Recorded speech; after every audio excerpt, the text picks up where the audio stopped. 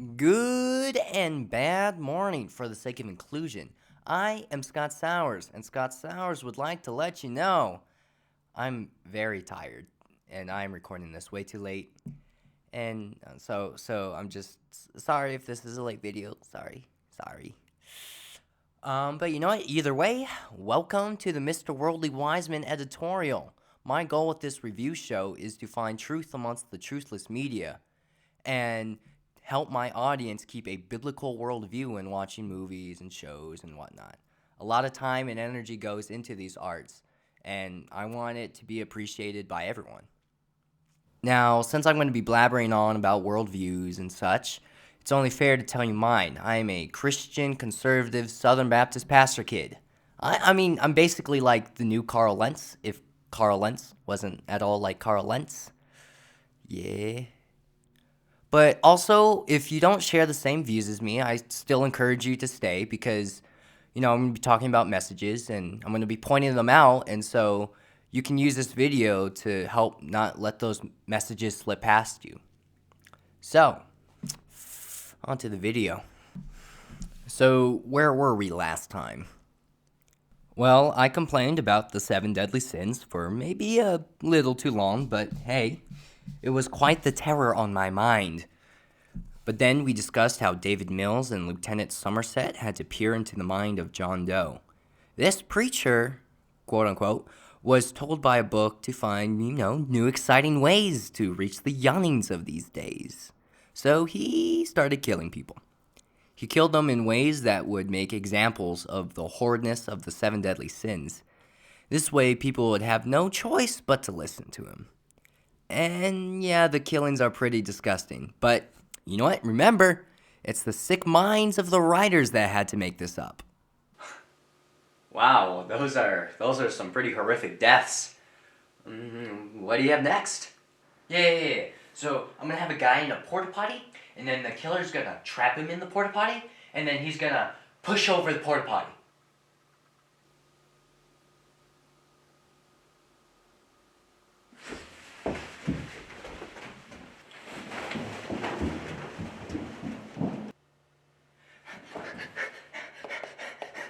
Yes, 911. Help me!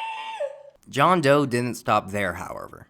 He had to show that there was sin in him, and most importantly, that there is sin in us. I hate to say it, but he made one heck of a sermon. It's still totally screwed up, but you know what? It's effective nonetheless.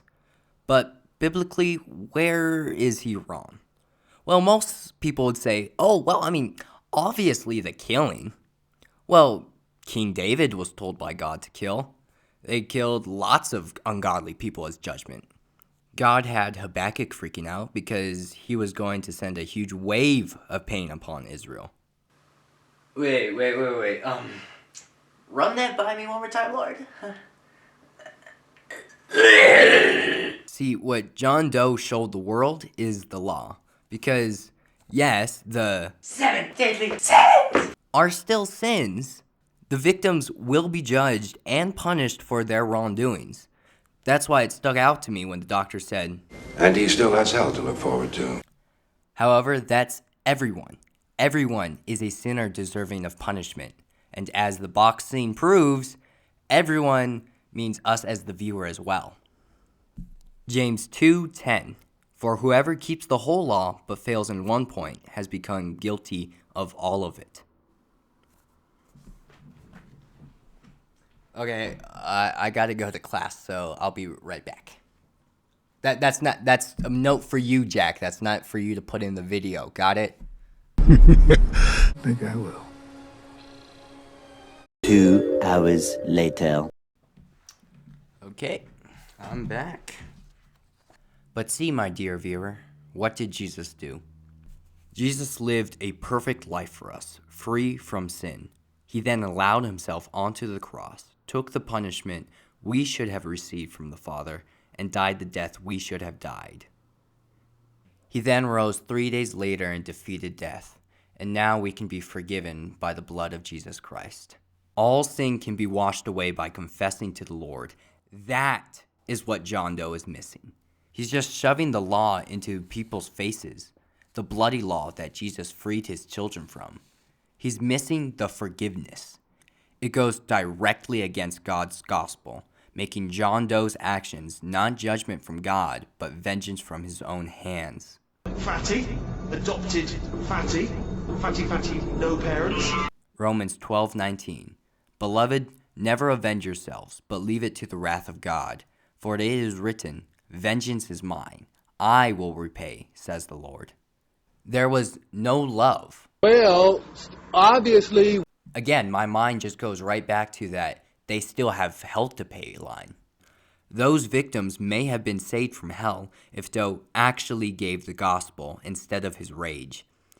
And I'm sure some of you are thinking, well, those were terrible people. They deserve hell. Yeah, exactly. God only saves terrible people. Juno, I'm done here. The last thing I want to talk about is that very last line in the whole movie. Ernest Hemingway once wrote, "The world is a fine place and worth fighting for." I agree with the second part. I partially agree with Morgan Freeman, but why? If this world is so corrupt, why go thinking it's beautiful? Why go on thinking we should save this place? I mean, what kind of world do we have where people consistently try to keep me from living my truth and putting my spoon in the microwave?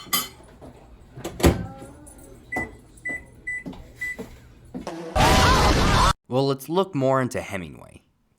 He was a bit of a naturalist. Hemingway loved to be in the outdoors. He loved fishing, hunting, and bullfighting, which he wrote a lot about, along with what he described war, like From Whom the Bells Toll, which the quote comes from. See, Hemingway was obsessed with pitting man against the forces of nature and violence, so someone can maybe rise a hero or find something special. Hemingway, in his writing, desired to show these special experiences that show us a beauty or struggle of the world.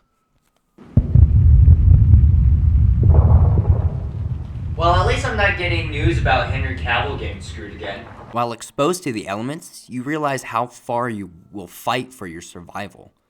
In his war writings, he shows an important reliance with the relationships with other men. Hemingway also seems to emphasize on a certain wiener donut activity. In his writings, he's searching for a life-changing experience that gives the world meaning.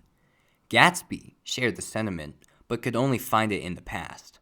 The Great Gatsby was written by Francis Scott Fitzgerald, and I pivot to this because Francis Scott Fitzgerald is often mentioned in the same breath as Hemingway. Gatsby is a man, even with all his wealth, still looking to relive his joyous past. Jay, you can't repeat the past. Can't repeat the past? No. Why, of course you can. He uses his wealth to try and buy a woman's love, but it doesn't work.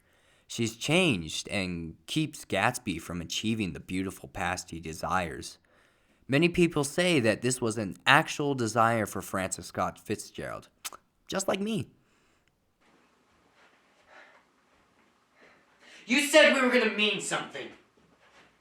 You said we were going to be together.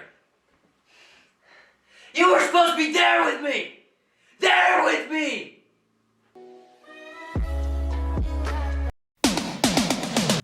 Francis Scott Fitzgerald felt empty compared to the good old joyous days.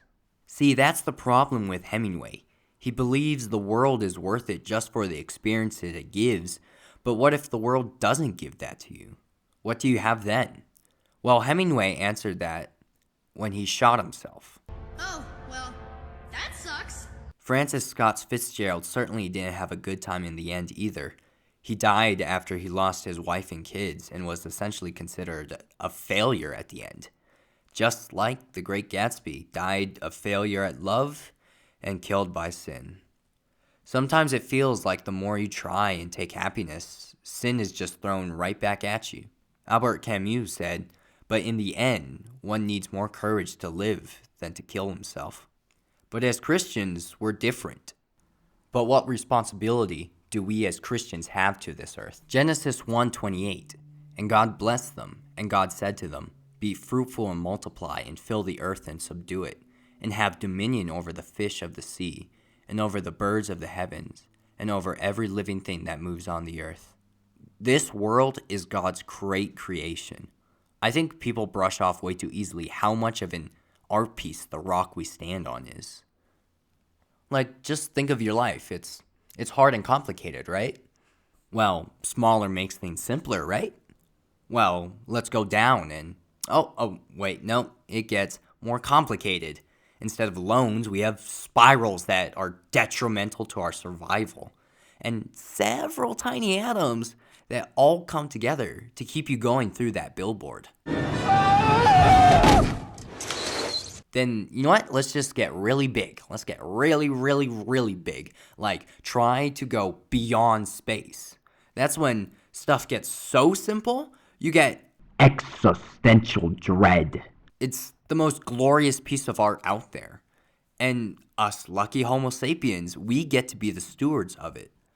God made us the workers to make the world grow and to be good stewards of its resources. We were given the ability to create because we're made in the image of God, the greatest creator. So we can build and think and solve, but that's just a slice of the Pop-Tart. Think of all the amazing landmarks you've seen. Think of every beautiful sight, every stunning otherworldly experience, and every grand sculpture of man that just took your breath away. The Lord thinks you are the greatest of any of those creations. Amidst all the glories of the world, you and all of humanity are the prized items. Luke 12:4-7. I tell you, my friends, do not fear those who kill the body, and after that have nothing more that they can do. But I will warn you whom to fear. Fear him who, after he has killed, has authority to cast you into hell. Yes, I tell you, fear him. Are not 5 sparrows sold for 2 pennies? And not one of them is forgotten before God. Why, even the hairs of your head are all numbered. Fear not, you are of more value than many sparrows. God's elected people are insanely blessed. We're the chosen. We have the purpose that Hemingway and Francis Scott Fitzgerald never had. Our purpose is to glorify God in everything we do. We are given dominion over this earth. I mean, we'll rule over angels one day. This world is worth it because God built it to be worth it before it was infested with sin. And complying to his structure is the best way to defend against depravity. This is why John Doe is such a tragic character. Because he lived in fear of sin. He thought sin nature ruled the world, but that is not true at all. God rules above all. That's another blessing of the elect. We don't have to fear sin. If we come to the Father with a repentant heart, he is just to forgive us, which means we can enter the gates of heaven. Death has no sting. And someday Jesus will return, and he will wipe out all the sin from this world. So be merry, Christian. There's no reason to be just another John Doe. If you guys made it all the way through the video, you guys are the best. Seriously, though, I love you guys. If you feel up to it, why don't you give me a like? If you're not, go ahead and subscribe. And if you want to, you can call me an idiot in the comments. But what you can also do is give me ideas for movie reviews. I'm sure you guys have tons of movies that you would like me to watch. Or you can do character reviews that you want me to do. Just all that kind of jazz. I think that's everything, right? That's all the YouTube check marks, right? So, you know what? Have a good day. Stay unimpressed with the fools, guys, and don't forget to fear the Lord.